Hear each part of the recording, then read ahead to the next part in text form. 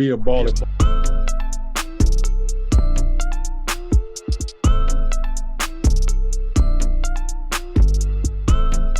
Welcome to Be a Baller podcast, where we discuss how to build a lifelong legacy. I'm your host, Coach Tim Brown. Today, we'll be talking about building a lifelong legacy in community service with our special guest, Ohio State Senator Hearcel Craig.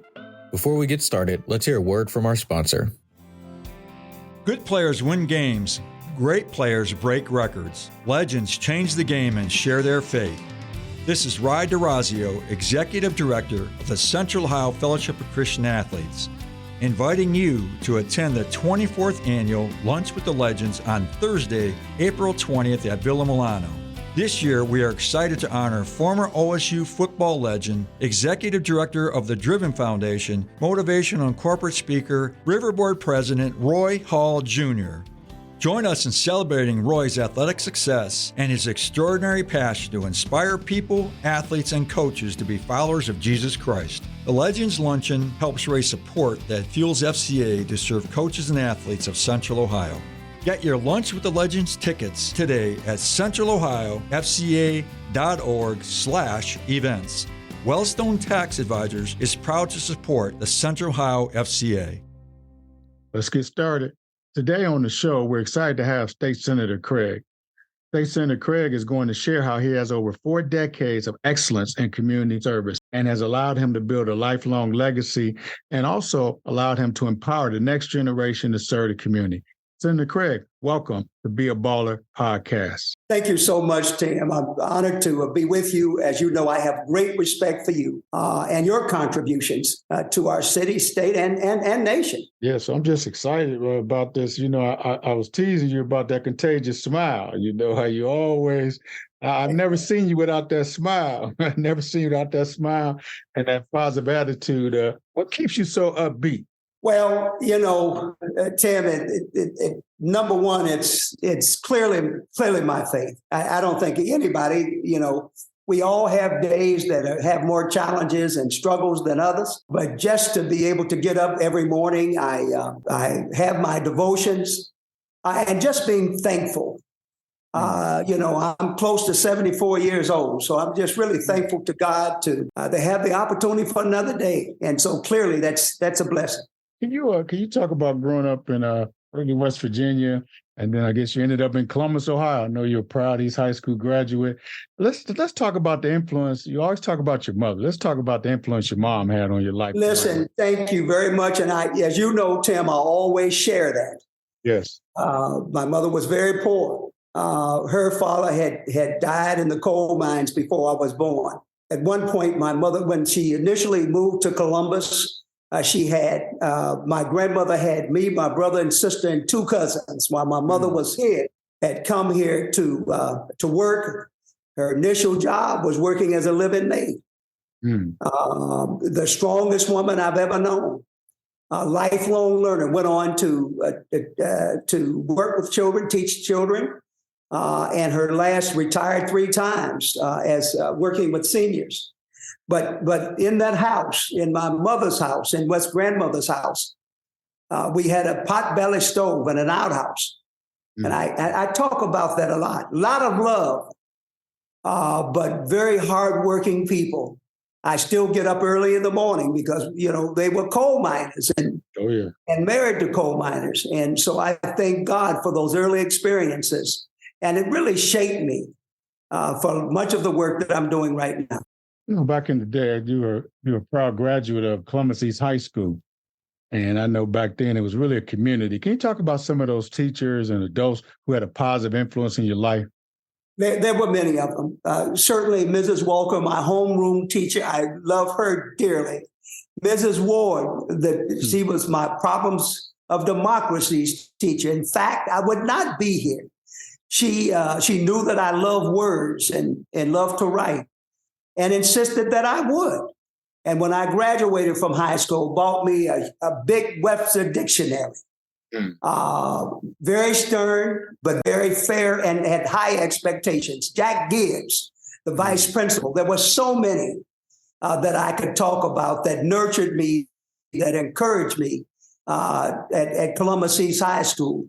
every day I would go to East High School, starting the 10th grade, I carried a briefcase to school every day. All right. And for some days, I only had my lunch in it, but I was carrying a briefcase.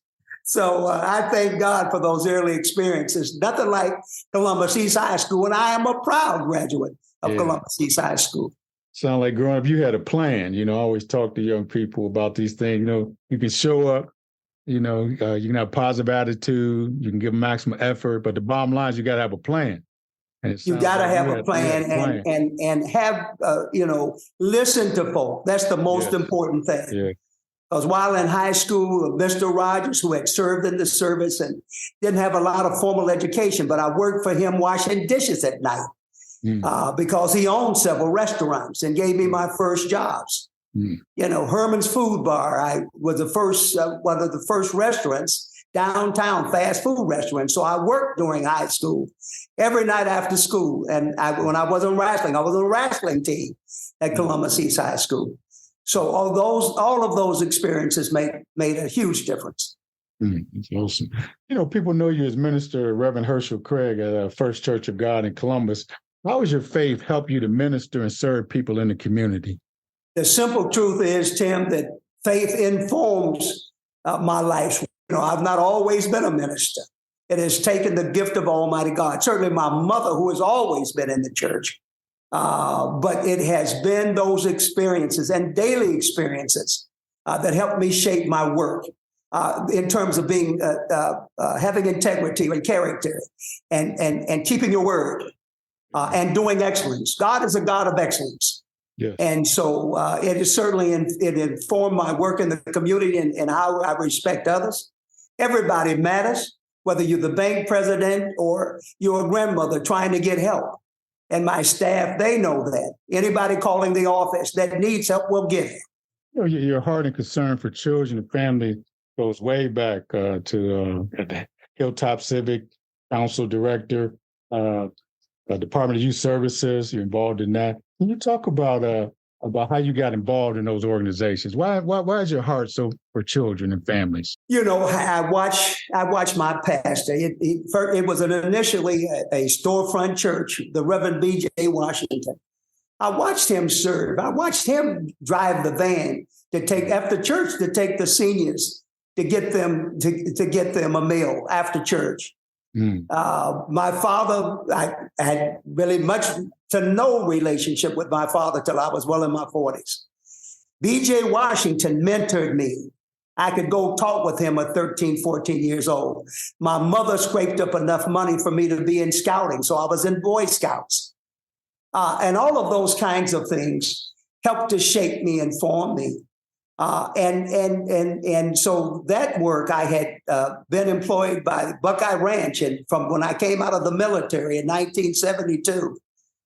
Continued to work on and finish my undergrad degree. I'd started college before, outsmarted everybody, got drafted in the military, but that military helped shape me as well. So all of those things, it helped me to, when I was looking at places that I could make an impact, our Department of Youth Service, and watching those young people come in there with many of them lack of education, coming in with aggravated rape, burglary, a murder, saying that I've got to do something. At that point, I ran for the school board in 1990, knowing how I'm a first-generation college graduate and what education could do to help shape and move your life.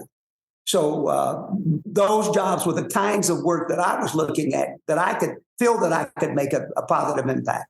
I'm very familiar with City Year in Columbus, and I watch the great things that they do in schools. And I know you're a big part of that, recruiting students for that. Can you talk about the impact the City Year has in schools? I know they use recent college graduates to come in and work with students. Can you talk about the impact City Year has in schools? Look, City Year has an enormous impact.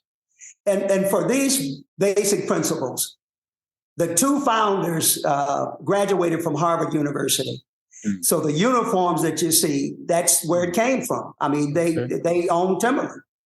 And so, but these young people, many of which graduate from Ivy League schools, Ohio State University, other universities, as well as young people with a GED. So they shape the organizations to both grow inside and out with leadership principles. What they're doing with young people, because it's best, I'm almost 74, close to 74. These young people can talk to other young people and help provide educational opportunities. So now they get a small stipend, but the real thing is their commitment to serve. And we all ought to have a commitment to serve. Dr. King has said it. You don't have to know the thorough dynamics. You don't need the principles of physics to serve, but everybody can serve because everybody can be great. You keep mentioning your age on here now. I keep catching that, How do you find why is it so important to you to continue to mentor this next generation? Because I look at your staff and all these people. Well, because I've had so many in my life, Tim, that have deposited into my life. Here I am. Most of the psychologists and the sociologists will say, look, he's from the wrong side of the tracks. It's not where you came from, it's where you're going. But the other thing I had was so many mentors and people that believed in me, encouraged me, stretched me, pushed me, challenged me to grow and develop. I mentioned the military. I got one of the highest awards you could get in the military in my battalion. So leadership starts very early. Jim Brown, who was at Beatty Park Elementary School, made me captain of the traffic patrol. And all of that stuff reinforces you and says to you, nobody can define you but God. And I've been encouraged all my life. And I want young people to know that. I want to stretch them.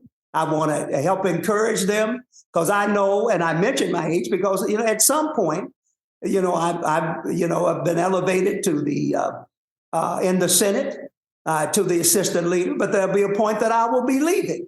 And I want young people to know that they can do all of these things and do more, quite more. So I think about your legacy, and we'll get into that in a little bit. But I watched you on yesterday as you were doing your oath. You had your great grandson with you. How special was that to you? It was very special, very special. I can't even explain to you. I weep up now because I want him to know that his papa tried, made lots of mistakes. But that in this place, this is the people's house. My mother is gone. She didn't live to see me other than Columbus City Council, to be in the state legislature. But I wanted him to see and to be able to visualize whatever his vision is, to understand that God is great. And he has, I want him to succeed at every level, and all young people of human endeavor to reach their highest height and not let other people define them. As we talk about your early days in city government, why did you get involved, and who were some of your mentors along the way? Listen, had many mentors. Jerry Hammond, who was president of Columbus City Council.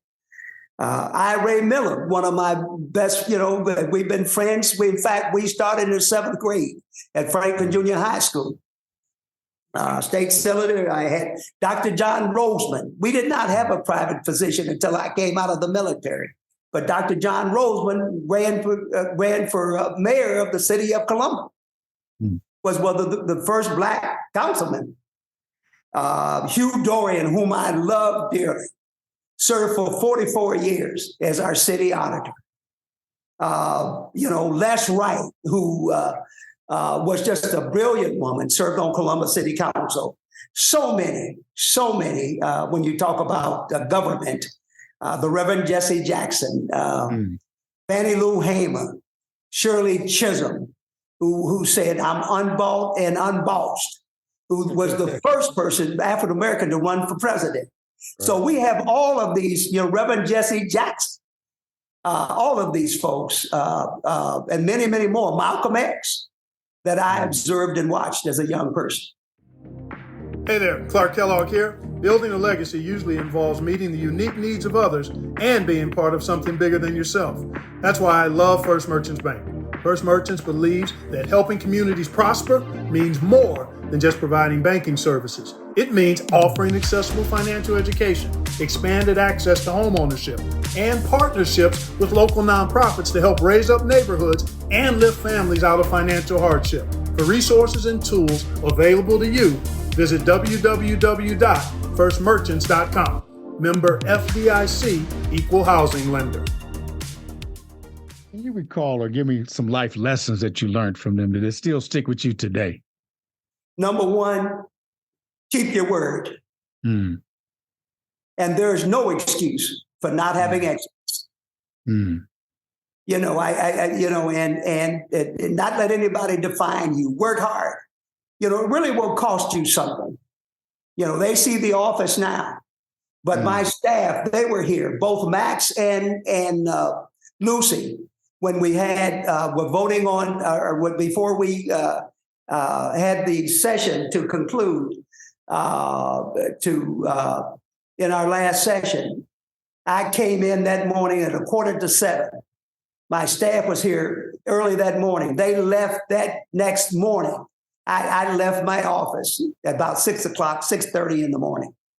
So none of this stuff happens without hard work, continuity, persistence. There's a lot of people I know, and they might not have been all the most brilliant people, but what they have, the thing that is captivating is their persistence. And so all of those things I would suggest, and the people that I've watched, you know, because it's not when, Dr. King says what happens, or not just in moments of convenience, but in moments of controversy and challenge.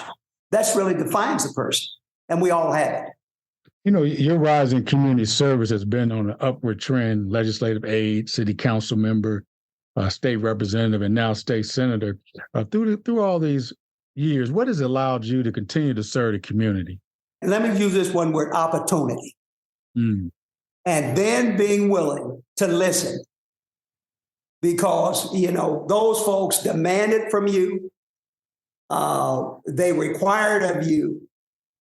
I was in the 82nd Airborne. I was jumping out of planes at 19. So I decided if you can do that, then you can do a lot of other things. I have a graduate and postgraduate work. My son has an MBA. My wife has an MBA. All of my grandchildren have started college. But from one generation, I watched my mother.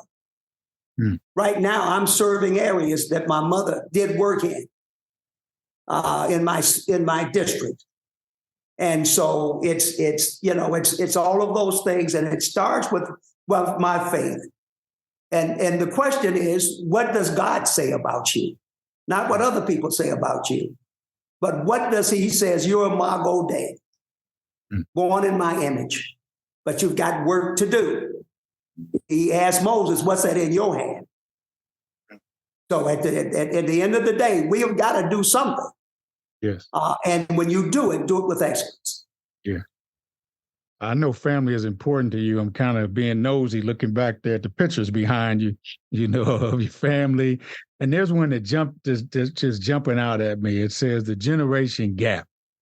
And there's a picture there. Is that your mom in that picture? Well, in that picture, it is my grandfather, and I don't think he went through the third grade. Yeah. But my grandfather owned property in West Virginia, my father's father. And he made sure every 2 weeks, because my mother and father weren't married, but my grandfather insisted that I would come to his house every other week.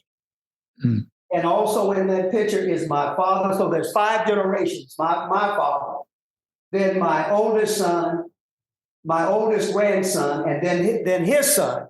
So there's 5 generations in that picture. Wow. That's powerful there.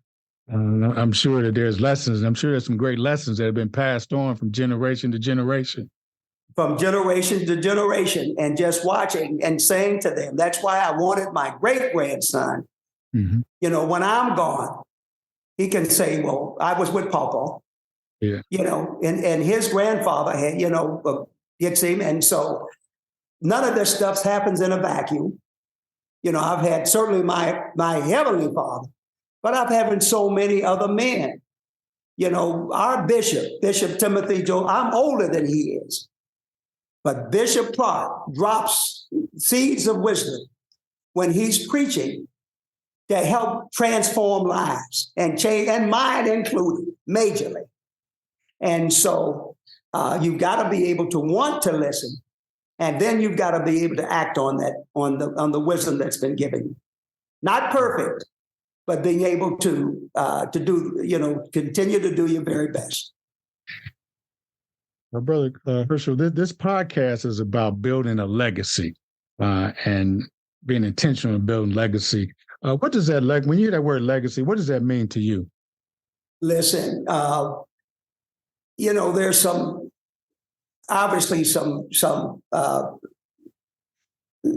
there's some definitions that we can find in the library, but it's broader than that.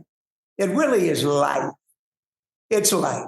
My grandmother, whom I love with all my mother's mother, I know she didn't go beyond grade school, but I think about my grandmother every day because she made sure that we had a roof over our heads and made us be accountable. So legacy for all of us, and particularly African-American men and other men, is that what will we deposit in the earth when we leave here? The question was asked of this man who was very, very wealthy. And so they asked the preacher, well, what is he going to leave? He said, come back next week. But when they came back to the church, they said, well, what did he leave? And the preacher said, everything, because you can't take any of that with you. Not the material things. What we will leave for any of us will be what we have done in the lives of our families and children, our broader community. What have we deposited in the earth? And it don't have to be, it's always big things, but have you smiled at somebody? Have you said, how are you doing? And meant it. Have you helped somebody? Have you knocked on the door when they're sick? Are we responding to each other in a way that we know we're all a human and we have failure, but can we forgive? And can we love people and truly love them? So that's legacy to me. That's powerful. That's powerful there. As we think about, the Bible says this life and death is in the power of the tongue. What word of life would you leave as encouragement to give to young people who are interested in community service? I would strongly encourage, it is a noble profession. It is a noble profession. And yes, you've got outliers, you've got folks that have done things that have not been respectful and respecting, but it is a noble profession. Many of these folks I know, they really care. They come here to go to work to help somebody. And sometimes people on both sides of the aisle. But the truth of the matter is you got to come here not for your own self-aggrandizement. Because I know when I leave this office, there'll be somebody else in here before I can get in the grave. The reality of the matter is serve and be willing to serve this position because you can help people by your leadership, by your vision. City year, by two young men decided to do that. Fannie Lou Hamer got sick and tired of being sick and tired. So many others that have made immeasurable contributions. I mentioned the Reverend B.J. Washington did not die with a big house. But every day at 13, 14, I could go with him. He literally put bricks in the church. And we would go sit. He would sit and talk to me. So I encourage young people to look at this profession. We need people with integrity and with character that believe in helping people. From all kinds we have physicians that's in the legislature. We have attorneys in the legislature. We have social workers that's in the legislature. We have all kinds of backgrounds of people that have come to serve other people. When I think of Hearcel Craig, there's a word that jumps out at me, and that is excellence. And you've talked about that on several times in this podcast. Could you speak to young people about why is it so important to do things in an excellent way? Listen, I just would tell you to do that. And I would plead with you to do that. Because when you do excellence, no matter what anybody else can say, You've done your very best. And it can be quantifiable. It can be measurable. And we ought to start your day thinking about, we serve a God that is excellent. And when we start out thinking, I'm going to do excellence, you deserve it. The person that's doing it, the person that you're working with deserves it. And that's how we continue to grow our families, to grow our neighborhoods with an expectation. And we may not always fall to the breach, but if we will continue to, as our motto, as our life experience, I watch, if you're cleaning floors, and Dr. King has said, be the best sweet sweeper that anybody has ever seen. Better than Michelangelo can paint. So just start out, and the generation we came from, again, said it's not where you came from, it's where you're going. And if you're going somewhere, you got to do that with excellence. Amen. Well, Brother Hearcel, this has been a rich conversation. And last, as we begin to turn the corner and wrap up, can you talk about what is the legacy State Senator Hearcel Craig? Listen, Tim, I thank you so much. Number one, for the opportunity to even be with you. I know many of the folks that you are going to be having on your broadcast. But to me, it's have I left the world better. My mother never lived to see some of this. But folk always talk about my mother. Not just me, other folks that served with her. And if I can do that, if I can serve with folks that have paid such a heavy price for the shoulders that I'm standing on, if I can leave the Senate better, if I can leave my family better, and say, Papa tried, and in all kinds of ways, to make the world better, to make, number one, our family better, our church better, our community better, then that's good enough for me. And I would have done what God has asked me to do. Yeah. That brings us to the end of this episode. Thanks to Ohio State Senator Hearcel Craig for answering the call of service to the community in an excellent way. Thank you all for joining us during this enlightening and informative discussion on building a lifelong legacy in community service. Hope this episode was beneficial to you. As always, thanks for listening to Be a Baller podcast.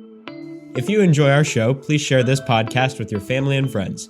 Be a Baller podcast is available on all major podcast stations. Be sure to come back next week as we continue to discuss on how to build a lifelong legacy. Until then, don't forget to be a baller. This podcast was created by Coach Tim Brown. It was edited by Teron Howell and produced and recorded by the video production class of Worthington Christian High School.